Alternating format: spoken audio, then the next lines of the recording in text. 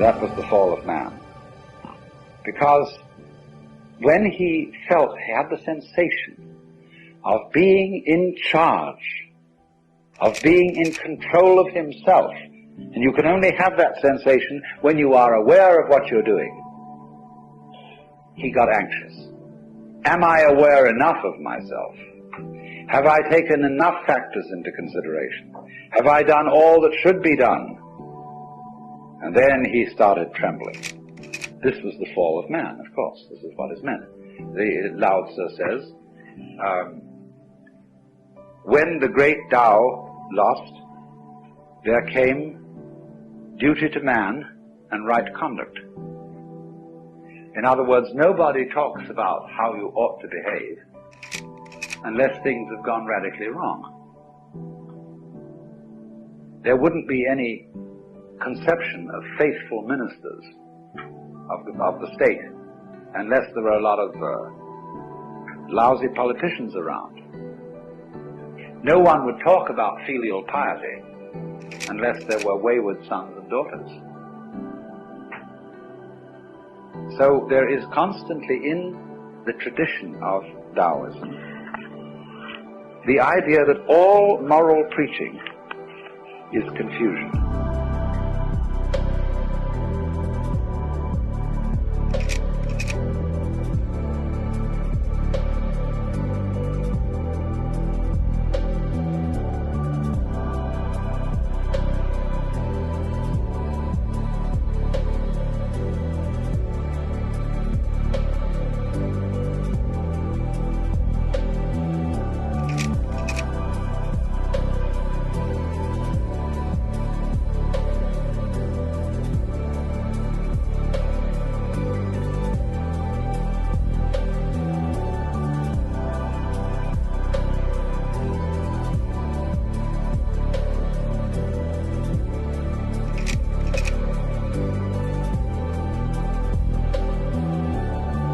All talk about selfishness. All talk about success in becoming virtuous, or enlightened, or integrated, or non-neurotic, or self-actualized. Let's use all the terms that are being used. All this talk attests to the fact that it hasn't happened, and will in fact get in the way of its happening. Well, to go back to Lietze, who succeeded in riding the wind, what happened?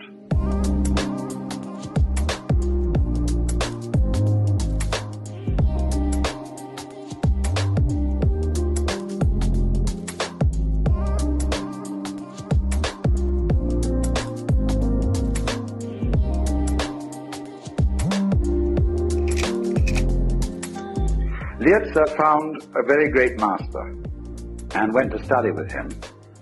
And the master lived in a small hut. And Lietze sat outside the hut. And the master paid absolutely no attention to him. This is sort of the way with Taoist masters. Because why would they want students? They have nothing to teach. So after a year sitting outside, Lietze went away. And he just fed up with waiting so long. Then he sort of got regretful about this and thought he really should make a try. So he went back to the master, who said, why this ceaseless coming and going? So he sat there and tried to control his mind in such a way that he would not think of the differences between gain and loss. In other words, try to live in such a way that nothing is either an advantage or a disadvantage. But we only know the momentary changes, and as it alters our sense of hope about things. The Taoist is wise enough, eventually, you see, to understand that there isn't any fixed good or bad. And so his point of view is what is called non-choosing. Well, anyway, Lietze attempted to keep his mind in a state of non-choosing. And this was a very difficult thing to do, to overcome one's habits of feeling and thinking in this respect. And after he had practiced this for a year, the master looked at him and, sort of recognized he was there. After another year's practice, he invited him to come and sit inside his hut. And then, however, something changed.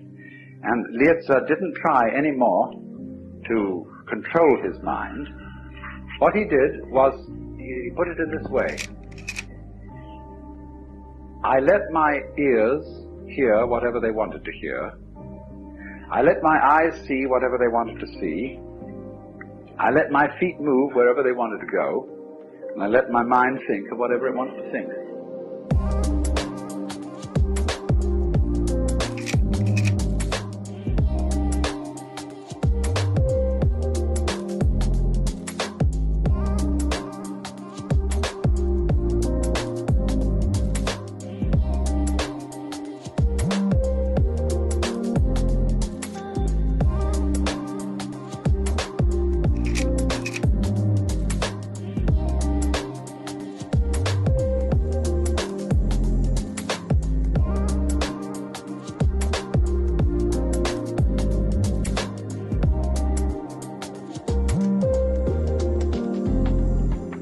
And then he said it was a very strange sensation because all my bodily existence seemed to melt and become transparent and to have no weight.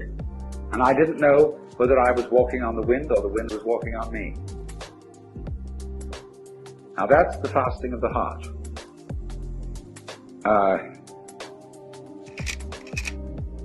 In the ordinary way, you see, you say, well, that made quite an impression on me, as if you were a slate or a blackboard upon which life makes an impression, as the chalk does on the slate or the blackboard. So we say, well, here are these events, and I'm the observer of all these events, and I remember them, and they make an impression on me. But in the psychology of Taoism, there is no difference between you as observer and whatever it is that you observe. The only thing that is you is the observation of life from a certain point of view.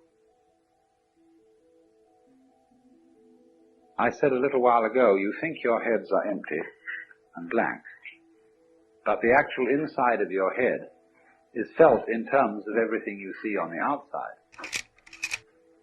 We make an opposition, you see, between the thinker and the thought, the experiencer and the experience, the knower and the known.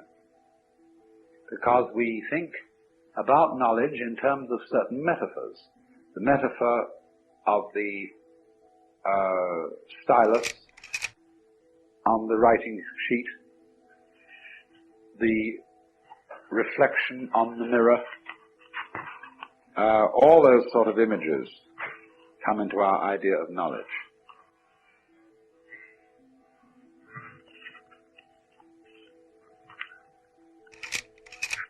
But in the Taoist theory of knowledge, it's quite different. There isn't a knower facing the known. It would be more like saying that if there is any knower at all, it contains the known. Your mind, if you have one, is not in your head. Your head is in your mind. Because your mind, understood from the standpoint of vision, is space.